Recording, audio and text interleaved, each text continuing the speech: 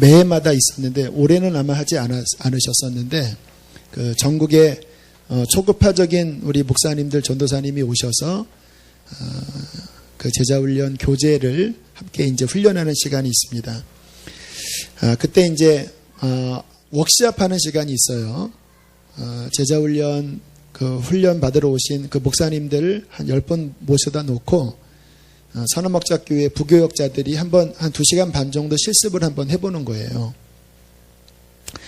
그 실습 단원이 9단원 소망으로 사는 삶입니다. 거기에 이제 그런 질문이 많아요. 지금 죽으면 주님 앞에 설 준비가 되셨습니까? 이 질문이 계속 반복돼서 나오거든요. 그 단원에. 그래서 제가 목사님들에게 목사님들 하면 준비가 되셨겠죠? 질문했습니다. 지금 주님 앞에 서면 준비가 되셨습니까? 그랬더니 글쎄요, 어떤 목사님은요, 글쎄요, 그게 지금 고민입니다. 그러시더라고요. 막 자다가 막 내가 죽으면 으악 하고 막 깨실 정도로 죽고 난 다음에 그 영적인 세계에 대한 어떤 깊은 혼란 중에 막 너무 괴로워하신다고 하는 목사님도 있으셨어요. 그 가운데 한 분이 저에게 그런 이야기를 해주시더라고요. 몇 년 전에 목회를 하는데 이제 죽을 병이 걸리셔서 이제 거의 죽어가게 되셨대요. 일산에서 목회를 하셨는데 그래서 마지막 죽음은 내가 예배당에서 죽어야 되겠다. 그래서 이제 예배당에 이렇게 누워 있는데 진짜 몸이 밑에서부터 굳어가는데 점점 죽음이 올라오더래요. 그런데 그 거의 목까지 죽음이 왔을 때에 두려움이 밀려오더랍니다. 어떤 두려움이었냐면 내 영혼이 주님 앞에 설 준비가 너무나 되어 있지 않다. 이런 마음이 영적으로 들었대요. 여러분, 목회를 열심히 하셨는데도 내가 그냥 열심히 산 것과 주님께 인정받는 삶을 산 것과는 다를 수 있습니다. 그냥 내가 열심히 교회 다니면서 내가 열심히 산 것 가지고는 주님 앞에 못 서요. 정말 내 영혼 안에서 내 안에 계신 성령님이 하나님 앞에 너는 설 수 있다라고 하는 그 성령이 주시는 확신, 이게 있어야지 진짜거든요. 하나님 앞에 사정을 했다고 합니다. 한 번 더 내게 기회를 주시면 하나님 정말 제대로 살아보겠습니다. 저를 하나님 한 번만 살려달라고. 목회를 했는데도 이렇게 고백을 하신 거예요. 감사하게 하나님께서 그 기도를 들으시더니 다시 죽음이 이렇게 아래로부터 내려가더니 살아나신 거예요. 그리고는 그 다음부터 정말 내 고집, 내 자아로 목회하지 않고 정말 하나님 뜻대로 성령의 이끌림대로 순종하시면서 교회는 그렇게 많이 부흥한 것 같진 않지만 정말 영적으로 목회하기 시작하셨대요.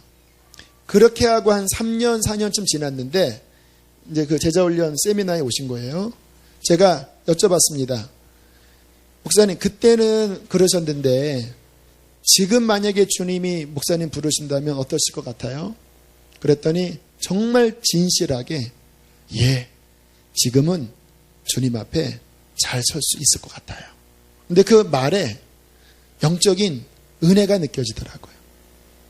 그러니까 이게 주님의 영적인 눈과 그냥 내가 열심히 산 것과는요, 이게 달라요. 우리는 하나님이 보시기에 따로 변화된 거다. 여기서 우리들이 살펴보셔야 돼요. 저와 여러분은 잘 준비되셨습니까?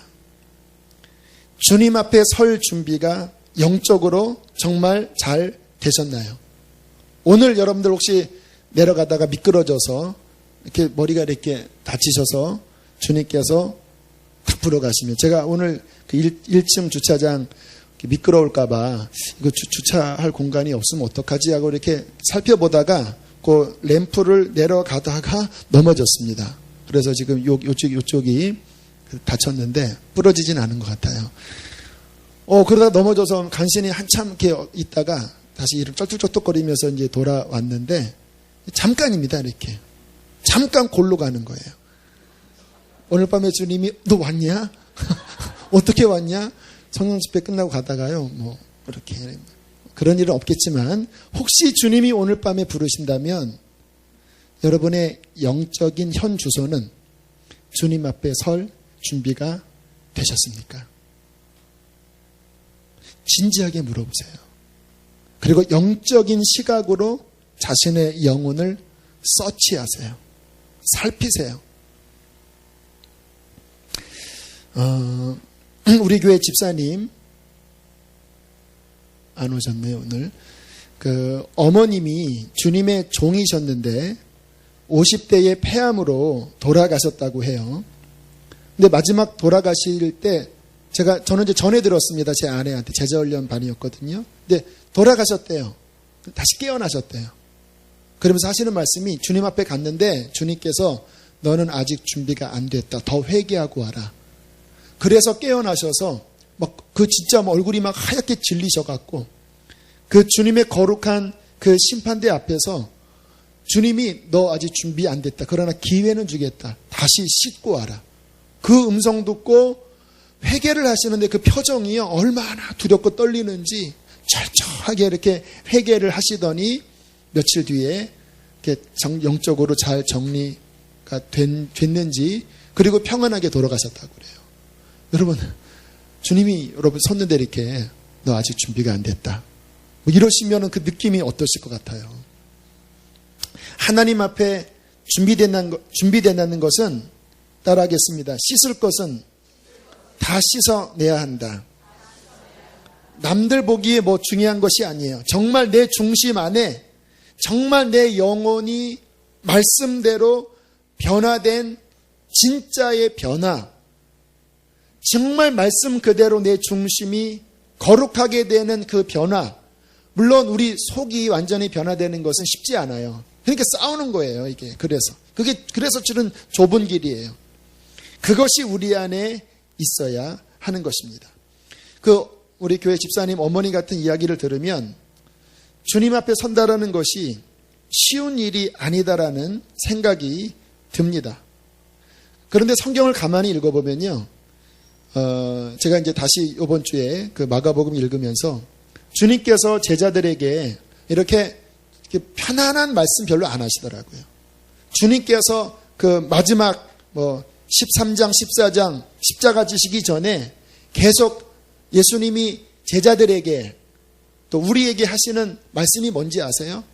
깨어라, 준비해라, 충성해라, 영적으로 살아나라. 아까도 기도할 때 초반부에 막 일어나라 한 게 저의 탄식이 아니라 성령님의 탄식이거든요.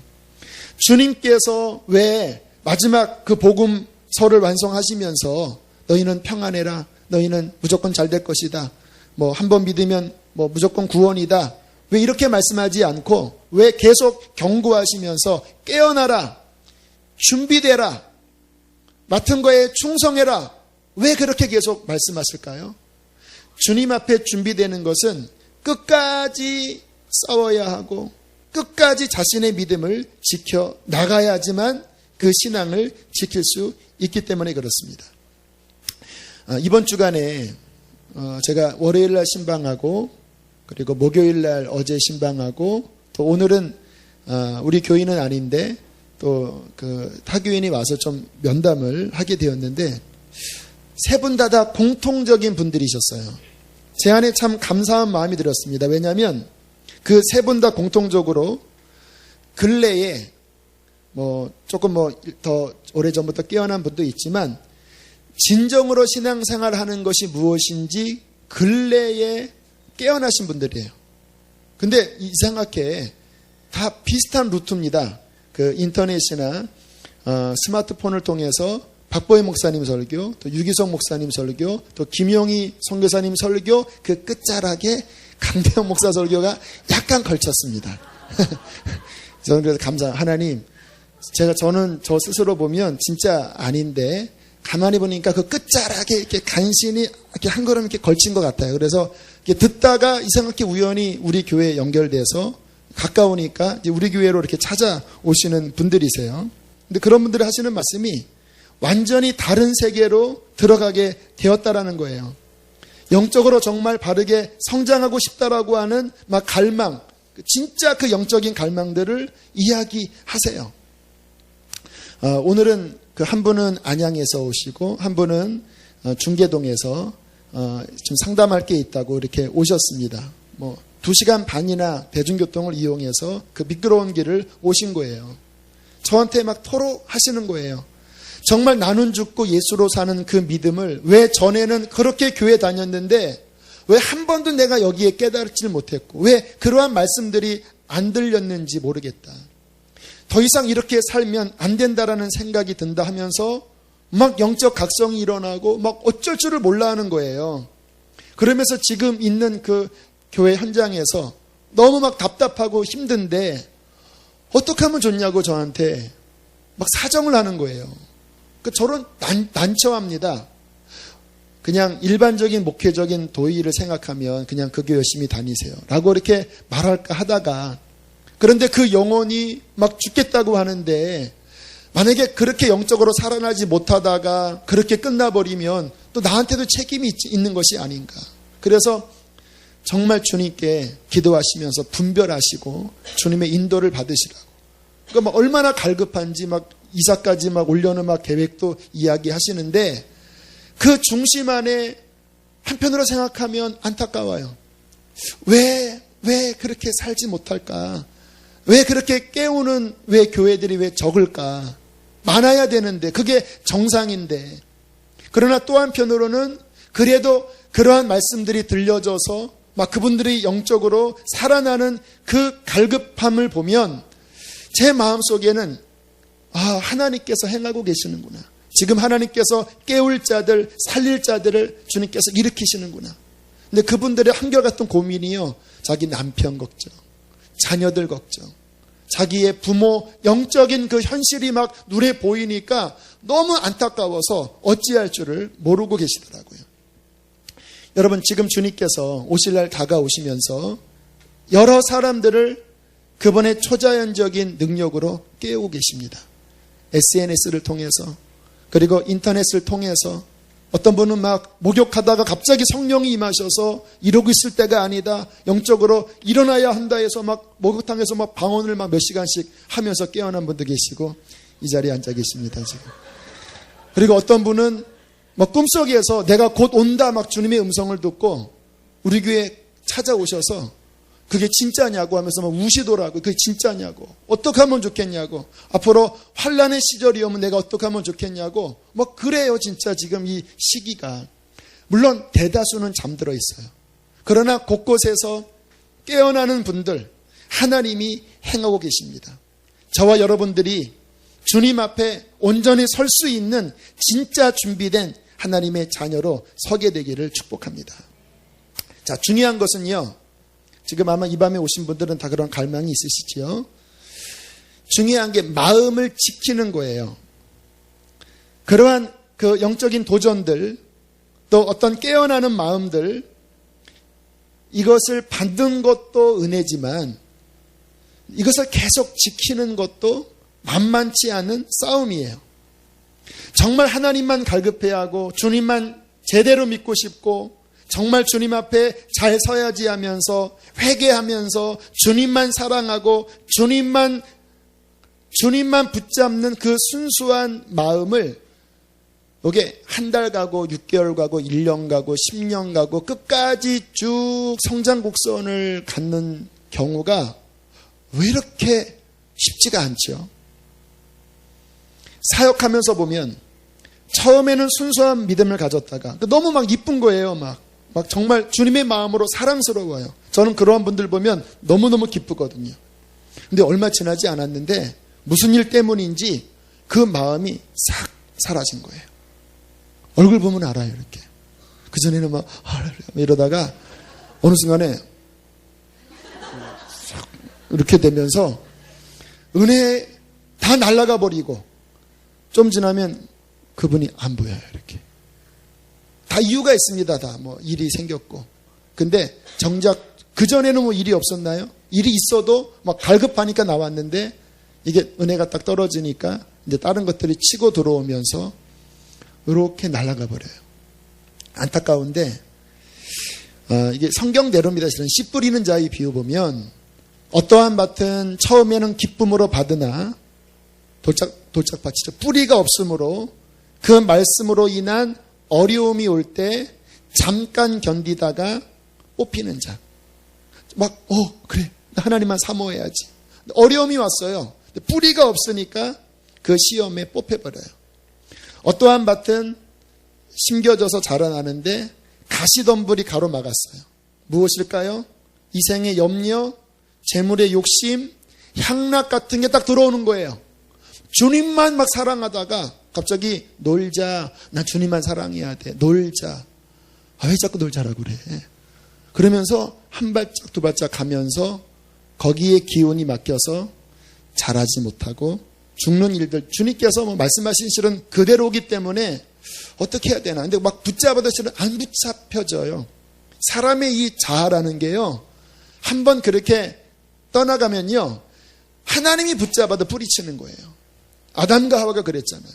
정말 이러한 말씀을 듣고 그 중심에서부터 갈망으로 끝까지 주님을 붙잡는 거룩한 중심. 애플 엔터테인먼트, 그 애플사가 아니고 그냥 엔터테인먼트 이름이 애플사인데, 애플이라는 이름인데, 거기에 대표로 일하는 박영목 변호사, 마지막에 한 번 더 말씀을 드릴 텐데, 대단한 분이시더라고요. 성령 충만한 분이십니다. 인생을 다 죽게 드렸습니다. 그래서 나는 이제 주를 위해 살겠다고 하면서 다 모든 거 버리고 부산 자갈치 시장에 가서 막 어려운 이웃들과 막 살기도 하고 막 기도원을 막 찾아가기도 하고 그러다가 사명을 받고 나는 법조계에 들어가서 이 법조계를 거룩하게 변화시키리라. 그렇게 해서 고시원에 들어가자마자요. 내 사는 이유는 하나님 나라기 때문에 고시원 와서도 지금부터는 하나님을 위해서 일한다. 그래서 고시원 그 자리마다 우리는 하나님의 영광을 위해 살아가야 된다. 세상에 잘 먹고 잘 살고 판검사 되는 게 뭐가 중요하냐. 영원한 것은 하나님이다. 기도할 사람 모여라. 찌라시를 막 책상마다 뿌리니까 막 한두 사람만 모이고 나중에는 막 수십 명의 기도회가 조직이 되고요. 그 봉천동인가요? 그쪽 고시촌 그쪽에서 예수 축제를 그 고시생들을 대상으로 해서 유명한 강사들을 모셔서 막 집회를 하는데 막 수많은 사람들이 막 변화되고 은혜 받는 진짜 군사 같은 사람이더라고요. 결국 사법고시 합격을 해서 변호사가 됐고 엔터테인먼트 그 회사에 변호사로 들어갔어요. 처음에는 술자리에 들어가면 어떻게 술을 먹습니까? 하나님의 사람인데 술 안 먹습니다. 그렇게 딱 지켜나갔어요. 좀 지나니까 저 연예인 저 사람 예수님 믿으면 진짜 하나님 영광 받으시겠다. 저 사람이 하나님 이야기하면 얼마나 영향력이 클까? 그러면 술자리 좀 같이 해야 되겠다. 그래서 술자리 같이 하고 먹지는 않았다고 그래요. 좀 지나니까 그래 취하지만 않으면 되지. 한두 잔 정도는 같이 하면 괜찮지 않나? 그래서 한두 잔을 거룩한 믿음으로 먹었답니다. 이렇게. 그리고 좀 지나는데 자신의 술을 계속 마시는데 하나님 이야기는 하지 않고 세상 이야기만 하고 앉아있더래요. 여러분 뱀처럼 지혜로운 게 중요한데 너무 뱀처럼 지혜롭다가 뱀이 되는 경우가 있어요. 그 박성범 형제가 그 얘기했다고 그러더라고요. 너무 뱀처럼 지혜롭다가 비암이 돼버리는 거예요. 그분이 뱀이 돼버렸습니다. 어느 날 이건 아니지라고 깨달았는데 여러분 사람이요 이게 영적인 거예요. 한번 그렇게 충만했던 사람도요 한번 삐딱해서 그쪽으로 발을 내디디면 이게 덧칩니다. 못 빠져나와요. 관성의 법칙 계속 글로 가는 거예요. 2년 동안 그 충만했던 사람이 계속 술 먹고 또 주일날에는 교회 다니고 그러다가 워낙 중심 자체가 하나님을 향한 바른 마음이 있었기 때문에 2년 만에 그 고시원에서 함께 기도했던 그 변호사, 나중에 변호사 됐죠. 그분이 간신히 기도회 하자고 해서 거기 끌려갔다가 회개하고 간신히 회복됐다라는 거예요. 이러한 분들이 참 많이 있습니다. 그래서 성경은 뭐라고 말씀하시냐면 히브리서 3장 14절에 우리가 시작할 때에 확실한 것을 그러니까 처음 은혜 받을 때 그 말이에요. 확실한 것을 끝까지 견고히 잡으면 그리스도와 함께 참회한 자가 되리라. 조건형입니다. 처음 은혜 받을 때 준 그 믿음을 끝까지 견고하게 막 비바람이 몰아쳐도 놓치지 않고 끝까지 그 순수했던 예수 중심의 믿음을 붙잡으면 그리스도와 함께 참회한 자가 되리라. 천국 가리라 그 말이에요. 바람에 밀려서 겨처럼 날아가 버리면 처음에는 영으로 시작됐다가 나중에 육체로 마치는 일들이 비일비재합니다. 요한일서 2장 24절에는 너희는 처음부터 들은 것을 너희 안에 거하게 하라. 처음부터 들은 것이 너희 안에 거하면 너희가 아들과 아버지 안에 거하리라. 제가 이 말씀 때문에 제 실은 표준이었습니다. 신학교 다니는데 이게 막 헷갈린 거예요. 여러분 신학교 다니면 시험 들어요. 막 선배들이 막 술을 막 권하면서 예수님도 물로 포도주 바꿨다. 뭐 이렇게 막 권하기도 하고요. 막 교수님들이 성경이 진짜 그렇게 너희가 주일학교에서 믿는 그러한 말씀 아니다. 이렇게 막 들이대고 이야기하고요. 그러니까 막 헷갈린 거예요, 막. 근데 그때 이 말씀, 처음에 네가 들었던 것, 첫사랑 때 네가 붙잡았던 그 오리지널 복음, 예수 한 분이면 충분하고 십자가가 너의 구원이라는 그 처음 들은 것을 계속 지켜나가면 너희가 아들과 아버지 안에 거하게 돼. 그 말씀 때문에 맞아. 저 사람들의 저 말과 행동은 표준이 아니야. 처음 내가 주님 만났던 그 성령의 충만함, 그게 스탠다드야. 그래서 다시 정신 차리고 그 표준으로 계속 다시 조정하고 다시 조정하면서 믿음을 지켜나갔어요. 요한계시록 2장 4절 5절 그러나 너를 책망할 것이 있나니 너희 처음 사랑을 버렸느니라. 어디서 떨어졌는지 생각하고 회개하여 다시 리턴 처음으로 돌아가라. 그리하지 않고 회개치 아니하면 내가 내게 가서 내 촛대를 그 자리에서 옮기리라. 여러분 하나님의 은혜 지키려면요 몸부림치셔야 돼요. 아세요? 몸부림치셔야 돼요.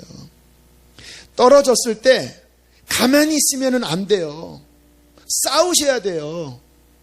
우리가 가진 이 구원이 영적으로 너무나 중요한 거기 때문에 악한 마귀 도적은 그것을 어떠한 수단을 통해서 빼앗으려고 합니다. 시험을 주기도 하고 유혹을 하기도 하고 우리 안에 있는 그 엄청난 보화가 너무 크기 때문에 여러분 이거를 지켜나가는 것은요 목숨 걸고 싸우셔야 돼요. 그래서 사도 바울이 디모데후서 4장에 내가 선한 싸움을 싸웠다고 그러잖아요. 이 싸움이 선한 싸움이에요. 여러분 비유를 들겠습니다. 여러분 사랑하는 자녀가 눈에 넣어도 안 아플 자녀가 유괴범에게 납치당해 가는데 막 잡혀가는 모습 보면서 하나님의 뜻이면 언젠간 돌아올 거야. 이렇게 말하는 사람 없지요. 그렇죠? 사생결단하고 쫓아가지 않겠습니까? 제가 초등학교 3학년 때인가 차에 한번 쳤었는데 그때 이제 그 찝차에 쳤습니다. 제가 정신을 잃고 차에 탔는데 막 우리 어머니가 막 맨발로 막 그냥 그 차가 가는데 막 쫓아 달려왔다라는 거예요. 왜냐하면 그 당시 군인들이 이렇게 차에 치이면 몰래 이렇게 그냥 아무데나 버린다고 하는 그런 이야기들이 있었거든요. 어느 집안에 강도가 들어왔다 그래요. 그래서 막 그 강도와 그 어머니가 막 싸우다가 옆에 있는 그 가위로 잡아서 확 찔러갖고 결국 강도가 죽었대요. 경찰이 와서 물어봤다고 합니다. 집안에 보물이 있었습니까? 예, 있었습니다. 어떤 보물입니까? 우리 딸아이가 있었습니다. 여러분, 우리 안에 거하는 그 믿음을 지키기 위해서 이것을 앗아가려고 하는 세상의 미혹, 사단의 공격, 우리는요, 죽는 그날까지 하나님의 권능으로 싸워 나가셔야 돼요.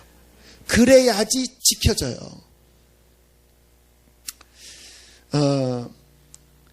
정말 목마름이 있는 사람들을 보면요, 이게 영적으로 떨어졌다가도 아까 그 애플 엔터테인먼트 그분처럼요 떨어질 수 있거든요. 그런데 가만히 제가 보니까 정말 그 중심 안에 하나님을 정말로 목마르게 찾는 사람은요 그 사람도 떨어지더라고요. 하지만 정말 중심 안에 하나님 그분이 목적인 사람들은요 떨어지면요 못 살아요. 너무 힘들어요. 내가 차라리 모든 것 잃어버리고 주님 한 번 붙잡는 게 행복이지, 뭐가 좋다고 세상 친구, 세상 재미, 주님 나한테는 이게 기쁨이 아니에요. 나한테는 하나님밖에 없어요. 정말 중심 안에 하나님만 바라는 사람은 영적으로 떨어졌어도 주님 없이는 살 수 없기 때문에 다시 오뚜기처럼 일어나더라고요. 실은 제가 그런 사람 중에 하나예요. 저도 중학교 2학년 때부터 교회 다녔지만 20살 때 성령 충만함 받은 다음부터 지금 24년 지나오면서요, 수도 없이 넘어졌습니다. 저지르지 말아야 될 죄도 아주 수십 번 반복해서 저지르고요. 영적으로 저도 나태해지기도 하고요. 하나님을 향한 사랑이 식어지기도 하고요. 그런데 문제는 그렇게 떨어지긴 떨어졌지만 그 자리에서 못 살겠는 거예요. 내 영이 못 견디겠는 거예요. 물론 제가 유혹받아서 연약해서 넘어졌지만 그 주저앉은 그 진흙통에서 사는 게 죽는 것 같더라고요. 그래서 하나님 앞에 목 놓아 부르짖었습니다. 하나님, 저 주님 없이는 못 살아요. 하나님, 회개합니다. 연약해서 넘어졌지만 나는 천부의 의지 없어서 손들고 옵니다. 주님 나를 박대하시면 내가 어디로 갑니까? 그때마다 주님이 제게 들려주셨던 음성, 아비가 자식을 불쌍히 여긴 것 같이 여호와를 경유하는 자를 그가 불쌍히 여기시나니 이는 저가 너희가 진토임을 기억하시리로다. 동이 서에서 먼 것 같이 하나님이 우리의 죄가를 멀리 옮기셨으니 얼마나 자비하신지, 그렇게 걸백 번 넘어졌어도 그것이 행복이 아니라고, 나는 하나님밖에 없다고 그렇게 부르짖을 때마다 하나님이 다시 일으켜 주시더라고요. 여러분, 오늘 그런 마음으로 이 밤에 찾아오신 분이 계십니까? 여러분이 진짜 복된 분이에요. 여러분의 그 떨어진 그 자리에 있는 것이 너무 힘들어서 살려고 나온 분이 계십니까? 주님께서 그 중심을 기뻐하십니다. 하나님께서 그분들에게 놀라운 은혜를 주실 것입니다. 이 밤에 하나님 앞에 부르짖어 회개하시고, 그리고 하나님 앞에 정말로 간절하게 찾을 때에 영이 회복되고 돌아가게 될 것입니다. 그래서 우리가 주님 앞에 서는 그날 주님이 막 버선발로 뛰어나오면서 내 딸 왔구나, 내 아들 왔구나, 너 싸움 이겼구나 하면서 그냥 확 안아주시는 그러한 믿음의 승리자가 되기를 축복해요. 주 앞에 갔는데 너 누구냐? 이러시면 큰일 나는 거죠. 자, 오늘은 신앙생활을 그러면 잘하는 비결, 그러니까 주님 앞에 잘 서는 비결, 근본적인 것 하나를 말씀드릴게요.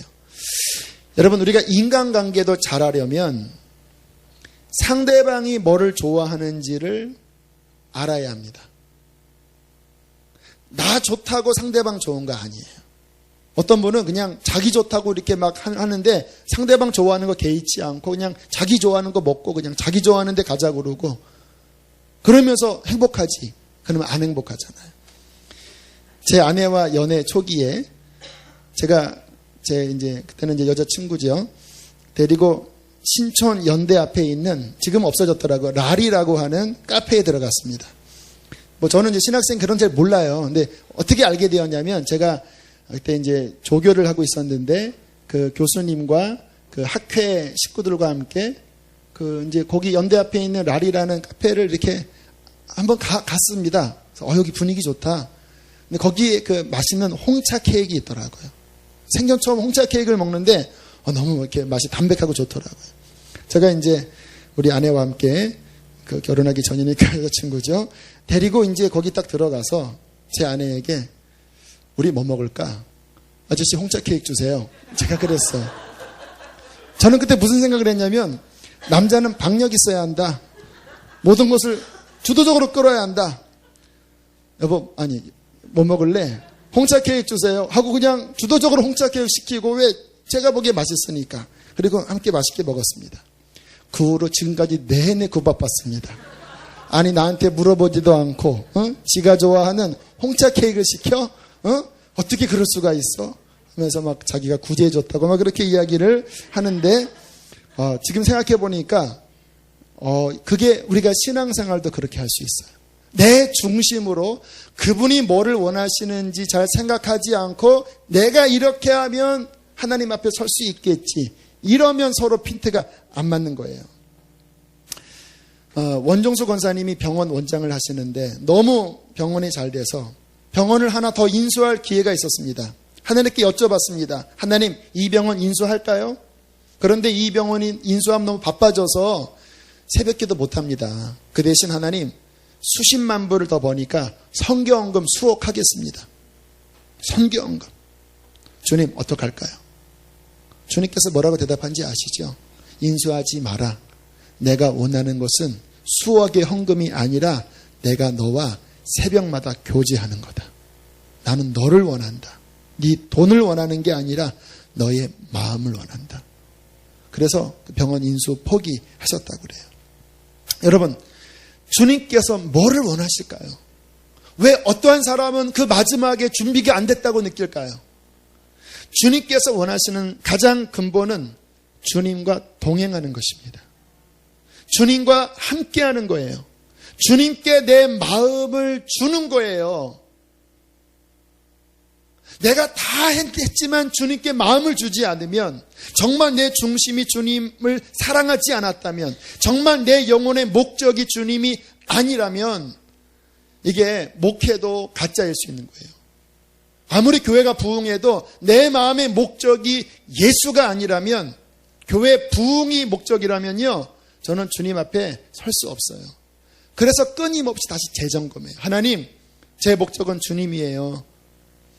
오늘 그 이야기한 그분과 이제 상담을 하는데, 먼저 교회를 옮기는 부분이나 또 어떤 그 인생의 어떤 것들을 결정하는 부분에 있어서 고민이 많으시더라고요. 무엇이 주님의 뜻인지 분별하기가 어렵대요. 저도 어려워요. 여러분, 주님의 뜻 분별하는 게 쉽지 않아요.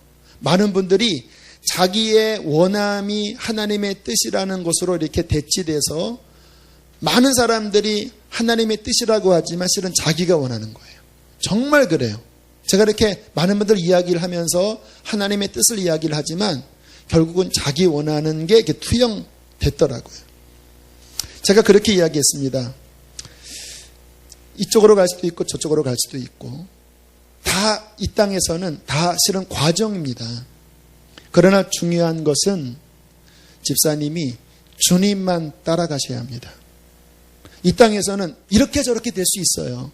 또는 내가 실수할 수도 있고 잘못 결정할 수도 있어요. 그러나 그 중심이 주님만 따라가기를 원한다면 합력해서 선을 이룰 것입니다. 저도 그래요. 제가 이제 이렇게, 저도요, 그동안 이렇게 여기까지 왔지만 이곳이 저의 목적이 아닙니다. 또 그 전에 선화목적교회 갔을 때도 거기가 목적이 아니었어요. 저의 목적은 예수님입니다. 저는 주님과 함께 동행하다가 제 인생 마지막 날에 주님 품에 안기는 게 목적이에요. 어느 날 주님께서 짐 싸라, 나랑 아프리카 가자. 주님이 그곳에 함께 하기를 원하신다고 하면 가야 돼요, 저는. 왜? 저의 목적은 목회가 아니라 예수 그리스도이기 때문에. 여러분의 목적은 무엇입니까? 아까 그 박용목 변호사, 그분 이제 사법고시 시험 볼 때 이야기예요. 그렇게 불같은 분이니까, 근데 똑똑하신 분인가 봐요. 1차에 합격했어요. 그리고 이제 2차 시험을 보러 시험장에 들어갈 때인데, 주님의 임재가 막 너무 강하게 느껴지는 거예요. 어지러울 정도셨다 그러더라고요. 얼마나 강력하게 임하시는지 막 비틀거리셨대요. 그리고 시험도 잘 보셨는데, 기름 부으셨으니까 이거는 보나마나 이건 된다. 왜? 이게 적당히 기름 부으신 게 아니라 이게 막 견딜 수 없이 막 기름 부으신 거니까 시험장에 이거는 합격이다. 그래서 주변 사람한테 합격했다고 그렇게 이제 이야기를 했대요. 그리고 이제 그 결과 있을 때 ARS로 전화를 하는데 안내 음성 이렇게 들리더랍니다. 네, 수험번호 몇몇 번 박영목님 합격자. 딱 그 말 듣는 순간 합격했구나. 기뻐하는데 그 다음날 합격자 명단에 없습니다. 왜 그렇게 ARS를 만드는지 모르겠다고. 합격자 명단에 없습니다. 이렇게. 이게 이제 너무 이게 낙심이 되는 거예요. 왜냐하면 분명히 그렇게까지 기름 부으셨는데 주님 앞에 따졌답니다. 성령님, 그때 고시장에 들어가신 분이 성령님 아니셨어요? 했더니 나 맞다 그러시더래요. 아니 그런데 그럼 이게 뭡니까? 근데 주님은 난처하면 대답을 안 하세요. 갑자기 성령님이 아무 대답을 안 하시더니 이렇게 느낌에 이렇게 돌아서 앉으시는 것 같으시더래요. 그래서 사람들한테 감사합니다 주님, 겉으로는 감사합니다 했지만 속에서는 막 분이 막 나오고 막 억울하고 막 이해가 안 가고 막 그렇게 막 괴로운 시간을 보냈는데, 근데 그 다음 해도 1차는 붙고 또 1년, 2년, 3년, 4년, 5년이거든요.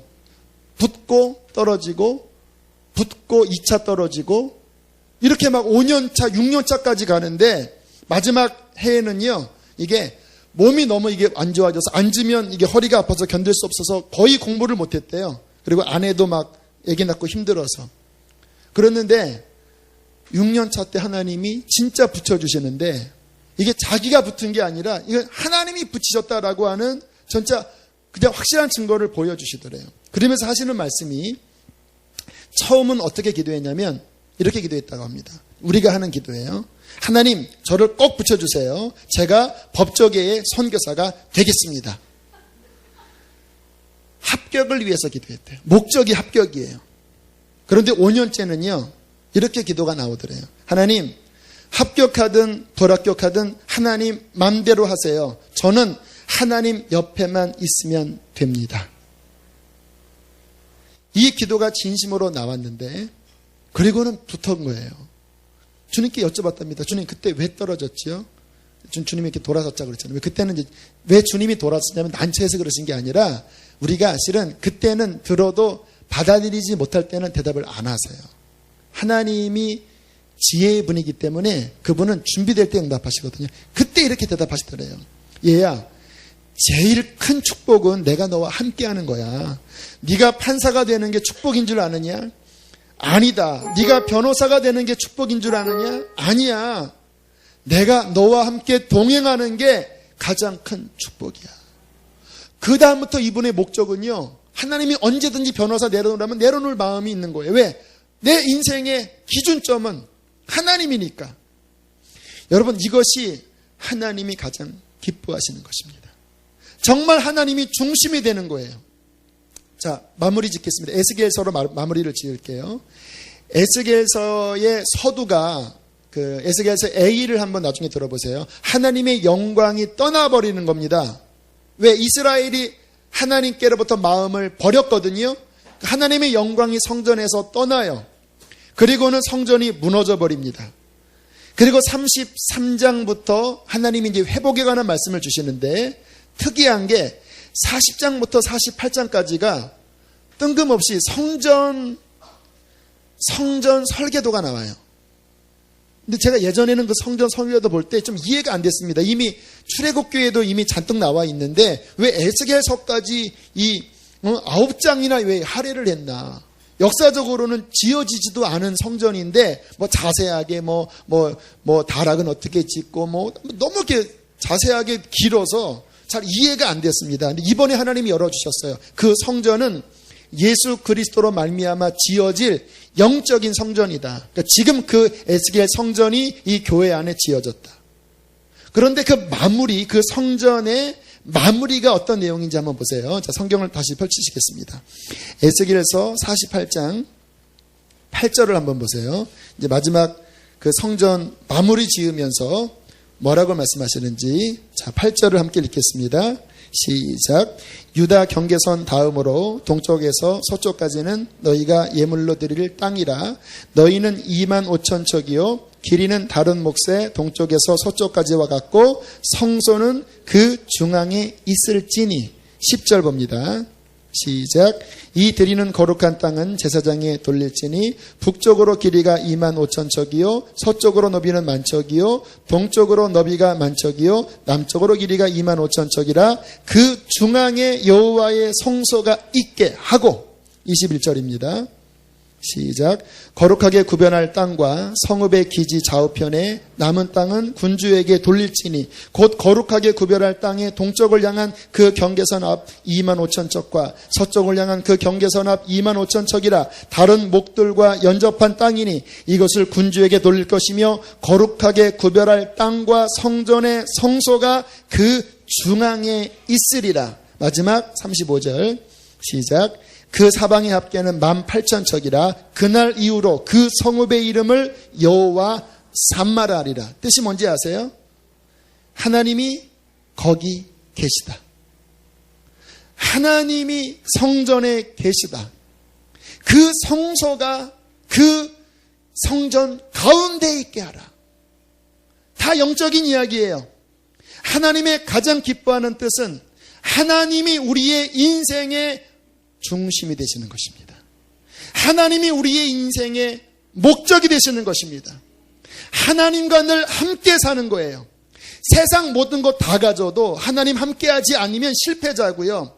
세상에 보잘것없이 초라해 보여도 하나님과 함께하면 그 중앙에 하나님의 성소가 있다고 한다면, 여호와 삼마가 된다고 한다면 그 인생은 주님 앞에 서는 그날 주님의 품에 안기는 복된 인생이 될 것입니다. 오늘 이 밤에 이 진리 앞에 다시 한번 인생을 점검하시고 하나님 당신이 내 인생의 목적 되게 해주십시오. 그렇게 살다가 그렇게 죽게 하시고 주님 앞에 서는 그날 주 앞에 안기는 주님의 신부가 되게 해 주시옵소서.